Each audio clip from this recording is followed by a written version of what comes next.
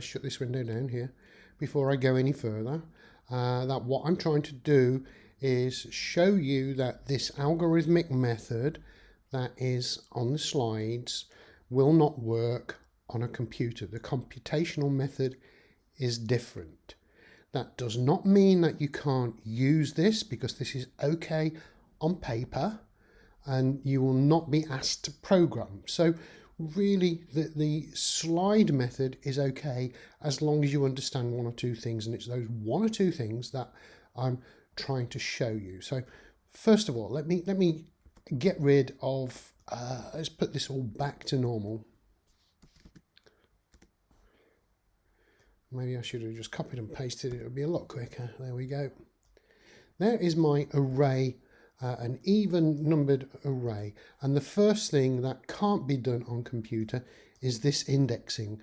A computer always indexes from 0. So let me put this in. That would be position 0, position 1, 2, 3, 4, 5, 6, 7, 8, oops, and 9. Computer will always index from 0. So that's the first thing to be aware of. This works, you're okay with this, as long as you don't fall into a trap asked by the exam board. You really need to be aware of this indexing, and that this is wrong, this is right. Now that does give me a problem when I'm looking at working this out. So how would I work out the middle point of this? Well, I know I need to find out the halfway point. So I'd need to divide 10 by 2 to get 5. So where am I going to get my 10 from? Well, that would come from the len. Let's call this data. So I've got a variable. Let's shift this across a little bit. The length of data, that's going to be 10. And if I divide it by 2, that should give me the value 5, which is fine. And in the example on here, it said look at the 5th value.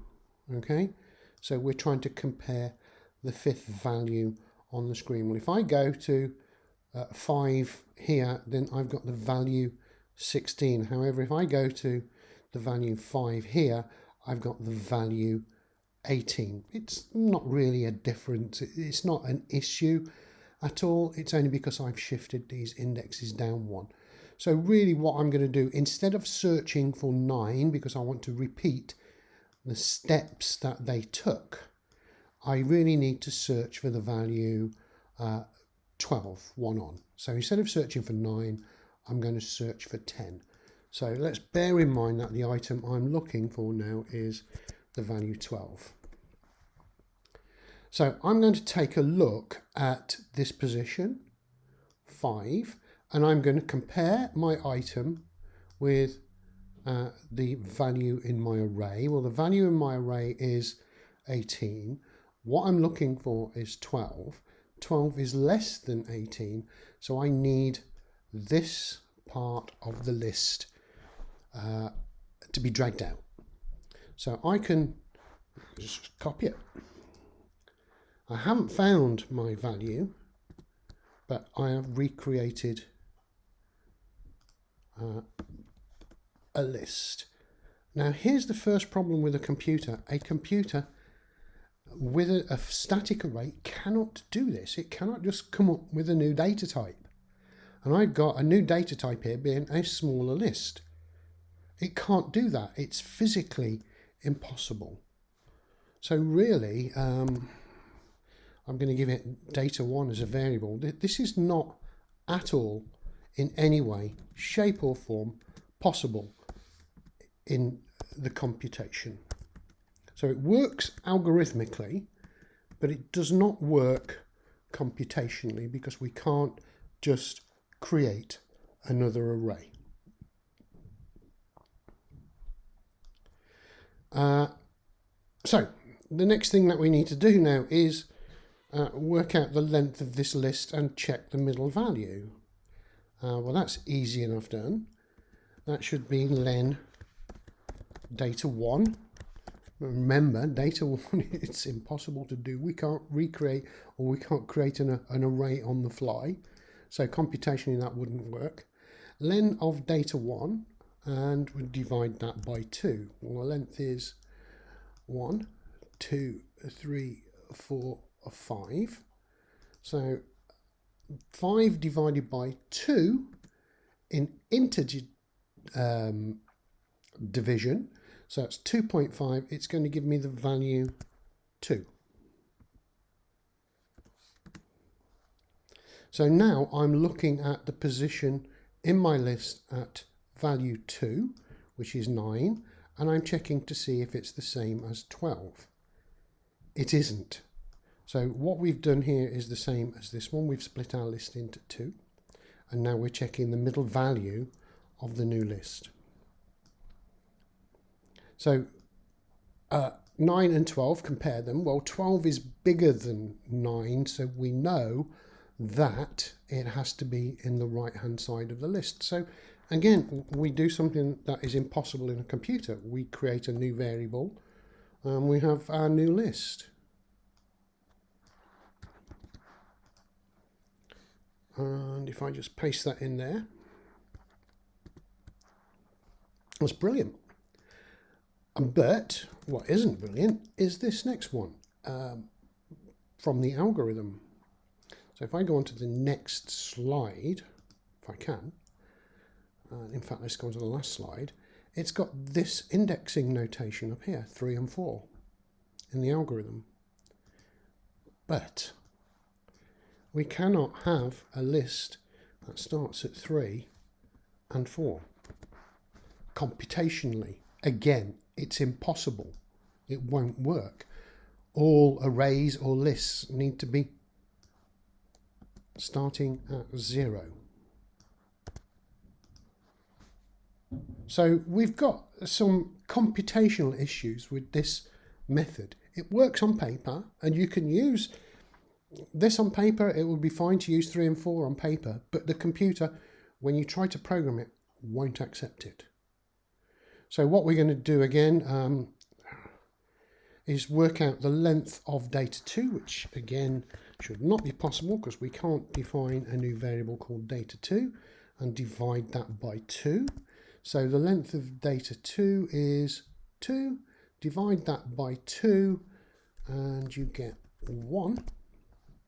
So now I'm looking at position 1 and checking to see if it's 12. Now this is where my algorithm is going to be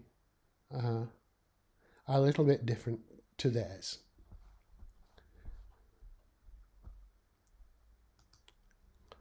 So looking at position 1, the value is 16. We're looking for 12. 12 must be in the left-hand list. So I create a new list, data 3, just being the single element 12.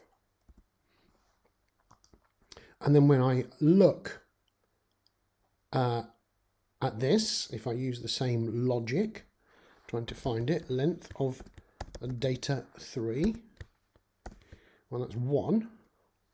1 divided by 2 is 0.5. And if we take the integer value, we get 0. So if I look at, and don't forget we need to index these. So if I look at position 0, we get the value 12. It matches our item, and so we've found it. So that was okay. We could go through that method and make it work. However, we have to be aware is that we can't use the same indexing system as is used on paper if we try it computationally. But we'll still get there. We'll still find it out. The other thing that we can't do on a computer is we can't just suddenly make up new arrays. It doesn't work. You have to declare them straight away. So this one is fine because I declare it in my program. But once my program is running, I can't just suddenly create new length arrays. It does not do that. It will not do that. It's illegal. You can't do that.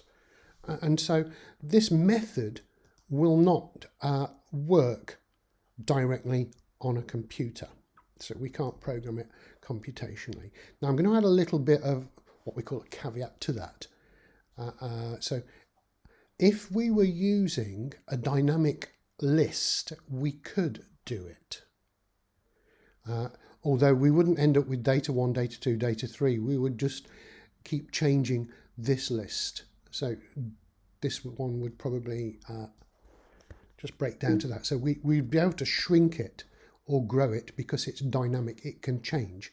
But as arrays are fixed, static, they cannot change, then we cannot